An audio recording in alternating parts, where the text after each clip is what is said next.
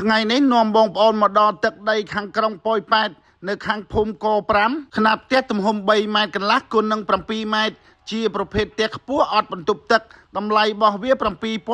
7700បាទជំរាបសួរពុកម៉ែបងប្អូនថ្ងៃនេះផ្ទះចល័តស្រុកសីសន្ធរសូមមកបង្ហាញនៅប្រភេទផ្ទះមួយប្រភេទដែលមានទំហំ3ម៉ែត្រកន្លះគុណនឹង7ម៉ែត្រជាប្រភេទផ្ទះខ្ពស់អត់បន្ទប់ទឹកវែងរំដា1ម៉ែត្រកន្លះសាច់បន្ទប់ទំហំ3ម៉ែត្រកន្លះគុណនឹង5ម៉ែត្រកន្លះជើងសសរកម្ពស់2ម៉ែត្រ8តឹកពោះប្រភេទផ្ទះខ្ពស់បងប្អូនត្រូវមានថ្ម2គីបខ្សាច់2គីបស៊ីម៉ង 8B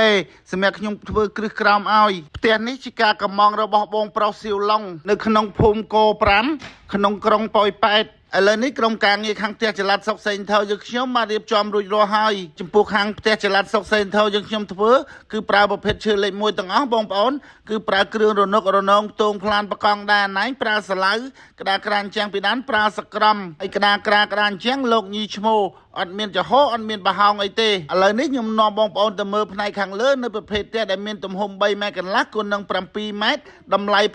7700នេះទាំងអស់គ្នាបងប្អូនគឺយើងធ្វើជាលក្ខណៈចរាកាច់បងប្អូនយើងធ្វើជាលក្ខណៈចរាកាច់ហើយឡើងពីចរាកាច់ហ្នឹងមកយើងមកដល់វេរង្ដាហ្នឹងទំហំ1ម៉ែត្រកន្លះវេរង្ដាហ្នឹងបងប្អូនចង់បាន1ម៉ែត្រកន្លះក៏បាន2ម៉ែត្រក៏បានឬមួយក៏1ម៉ែត្រក៏បានអាហ្នឹងស៊ីសងលើបងប្អូនតែខ្នាត3ម៉ែត្រកន្លះហ្នឹងភាគច្រើនគេយកត្រឹម1ម៉ែត្រកន្លះបានមើលមកវារៀងតលាយសមរម្យបងប្អូនហើយបើសិនជាបងប្អូនយកវេរង្ដា1ម៉ែត្រកន្លះគឺសាច់បន្ទប់ហ្នឹងវានៅ3ម៉ែត្រកន្លះគុណនឹង5ម៉ែត្រកន្លះគឺល្មមសមរម្យបងប្អូនអាចដាក់ក្រែបាន2បងប្អូនយើងអាចដាក់ក្រែបាន2ហើយចំពោះបងប្អូនដែលមានបំណងចង់ធ្វើបន្ទប់ទឹកតទៅផ្នែកខាងក្រោយបងប្អូនប្រាប់ខាងផ្ទះចល័តសុកសេងថោយើងខ្ញុំមកគឺយើងទុកទ្វារក្រោយឲ្យបងប្អូនសម្រាប់ចូលទៅខាងបន្ទប់ទឹកទៀតហើយអត់មានបំណងចង់ធ្វើបន្ទប់ទឹកអីទេអានឹងធ្វើតែប៉ុណ្្នឹងមកមិនបាច់ដាក់ទ្វារក្រោយទ្វារអីទេហើយខាងក្នុងផ្ទះគឺបែបហ្នឹងបងប្អូនគឺយើងប្រើក្តារក្រានជាងលោកញីឈ្មោះអត់មានចំហអត់មានបរហោងអីទេ